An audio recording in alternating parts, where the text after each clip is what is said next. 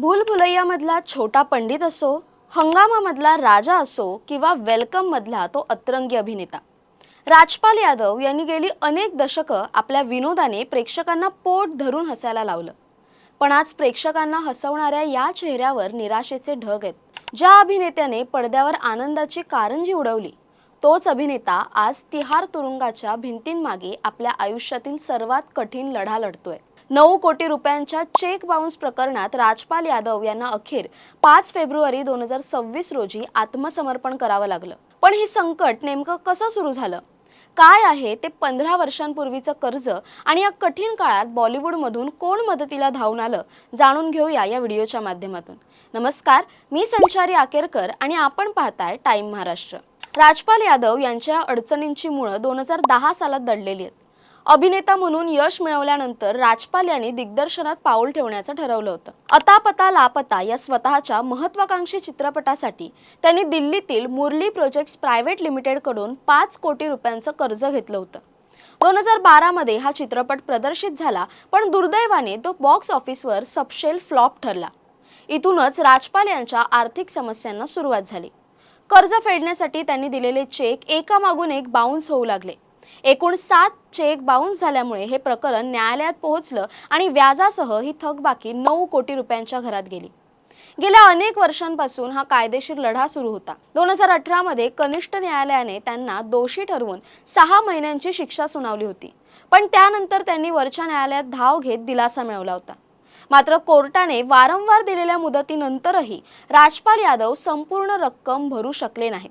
October 2025 पर्यंत त्यांनी 75 लाख रुपये जमा केले होते, पण 9 कोटींच्या तुलनेत ही रक्कम खूपच अपुरी होती. अखेर 4 फेब्रुवारी 2026 रोजी न्यायालयाने त्यांची शेवटची याचिका फेटाळून लावली. सेलिब्रिटी स्टेटस आहे म्हणून वारंवार सवलत देता येणार नाही, तुम्ही 20 वेळा दिलेली आश्वासनं पाळण्यात अपयशी ठरला आहात, असे कडक ताशेरे ओढत कोर्टाने त्यांना शरण येण्याचे आदेश दिले. त्यानुसार 5 फेब्रुवारीला राजपाल यादव तिहार तुरुंगात हजर झाले.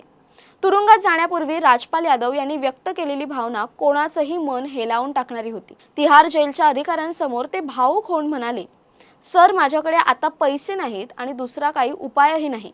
येथे मी एकटाच आहे, संकटात कोणी मित्र सोबत नसतो. या परिस्थितीचा सामना मला एकट्यालाच करावा लागणार आहे. त्यांनी आपल्या जुन्या सहकाऱ्यांकडे आणि दिग्दर्शकांकडे मदतीची अपेक्षा व्यक्त केली होती, पण सुरुवातीला कोणाकडूनही ठोस प्रतिसाद मिळाला नाही, ज्यामुळे ते अत्यंत हताश झाले होते. अशा काळात राजपाल यादव यांच्यासाठी मदतीचे 2 किरण समोर आले. पहिले म्हणजे जेम ट्यून म्युझिक कंपनीचे मालक आणि निर्माते राव इंद्रजित सिंग यादव. त्यांनी राजपाल यादव यांना 1.11 कोटी रुपयांची आर्थिक मदत जाहीर केली. हा पाठिंबा केवळ पैशासाठी नाही, तर कठीण काळात एका सहकार्याच्या पाठीशी उभं राहण्यासाठी आहे, असं त्यांनी म्हटलंय. मात्र राव इंद्रजित सिंग स्वतः देखील ईडीच्या रडारवर असल्याने या मदतीची सर्वत्र चर्चा होते. दुसरीकडे बॉलिवूडचा मसीहा म्हणून ओळखला जाणारा सोनू सूद पुन्हा एकदा मदतीला धावून आलाय. सोनूने केवळ सहानुभूती न दाखवता राजपाल यादव यांना आपल्या आगामी चित्रपटात साईन करण्याची घोषणा केली आहे. विशेष म्हणजे राजपाल जेलमध्ये असताना सोनूने त्यांना चित्रपटाची सायनिंग अमाउंट आगाऊ मानधन म्हणून दिली आहे, जेणेकरून त्यांच्या कुटुंबाला आणि कायदेशीर प्रक्रियेला मदत होईल. राजपालजी ही एक अमूल्य प्रतिभा आहेत आणि ही केवळ काळाच्या चक्रामुळे आली आहे, असं म्हणत सोनूने त्यांच्या प्रतिभेचा सन्मान केलाय.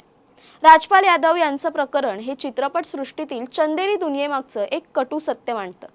यश असताना हजारो मित्र सोबत असतात, पण काळ बदलला की माणूस एकटा पडतो.